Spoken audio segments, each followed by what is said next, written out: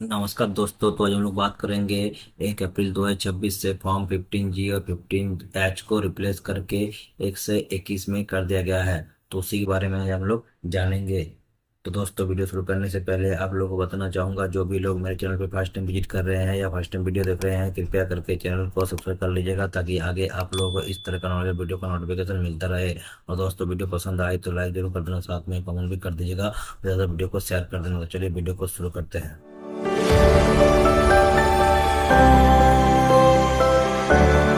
देखिए यहाँ पर क्या बता रहा है, as of April 1 April 2026 form 15G and 15H have been replaced by a single unified form 121। अब मतलब 15G जो पहले था 60 ईयर से नीचे, और 15H जो था सीनियर सिटीजन के लिए, तो वो बदल के अब एक ही में कर दिया गया, दोनों को एक ही में कर दिया गया फॉर्म 121 में। Under the new income tax rule 2026, this new form serves the same purpose, providing TDS on interest and other income when total annual income is below the taxable limit for both senior citizens and other। अभी बताएं कि senior citizen और other individual दोनों को मर्ज करके अब form 2121 में कर दिया गया है। की अपडेट फॉर्म 121 इफेक्टिव अप्रैल 1 2026। Replacement form 121 replace both 15G below 60 years, मतलब 60 ईयर्स से नीचे, एंड 15 एज 60 प्लस ईयर्स, दोनों को दोनों फॉर्म को रिप्लेस करके 121 में कर दिया गया है। Purpose to declare that tax on estimated total income for the financial year is nil. उसका तो resident individual including senior citizen and actual but not companies और firms change while the purpose remains if operators under the new income tax act 2025 section 393(6) action required taxpayer must submit the new form 121 to bank financial institution to avoid TDS on interest form exit fixed deposit corporate bond etc। ठीक है। तो अब हम लोग form को देखते हैं।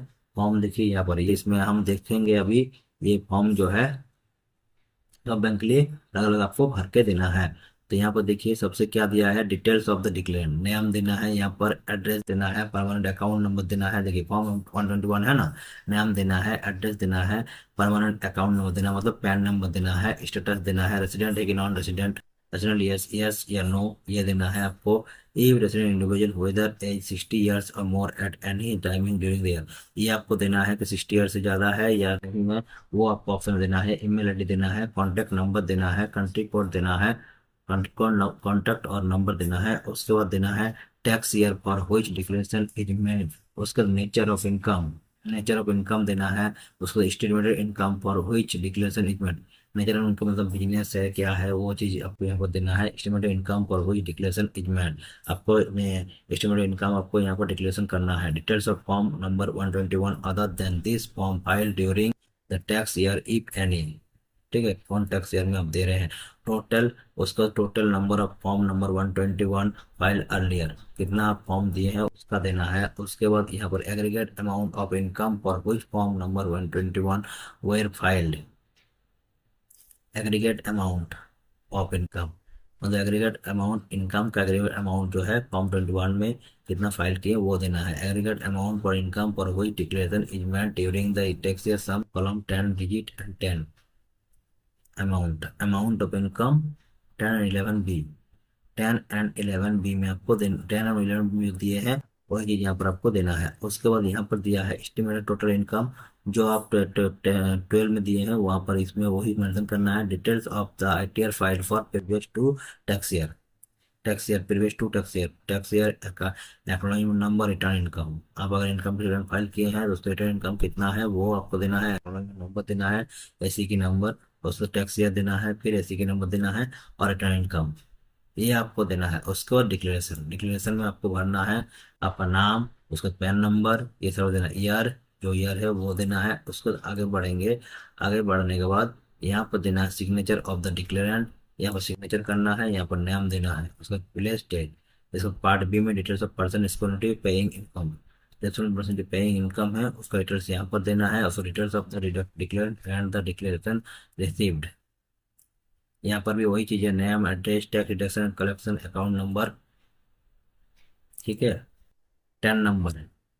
इस परसेंट पर्सन, जो आपका details of the person paying income, जो इनकम पे करता है उसका यहाँ पर टेन नंबर देना है, और परमानेंट अकाउंट नंबर देना है, PAN number, email ID, contact number, tax year, उसका details of the declarant and the declarant receipt, name of the declarant, permanent account number देना है, यूनिक आइडेंटिफिकेशन नंबर देना, UIN number, date, अगर आपका ये है क्या बोलते हैं ईपीएफ अकाउंट है तो उसका यूआईएन नंबर देना है, ईपीएफ का डिटेल्स यहाँ पर आपको देना है। उसके बाद यहाँ पर देना है country code, estimate total income, ये सारा चीज जो ऊपर में दिए हैं वही चीज सारा यहाँ पर भी है। उसका डिक्लेरेशन भरिएगा, उसको यहाँ पर इसको आप जमा कर दीजिएगा।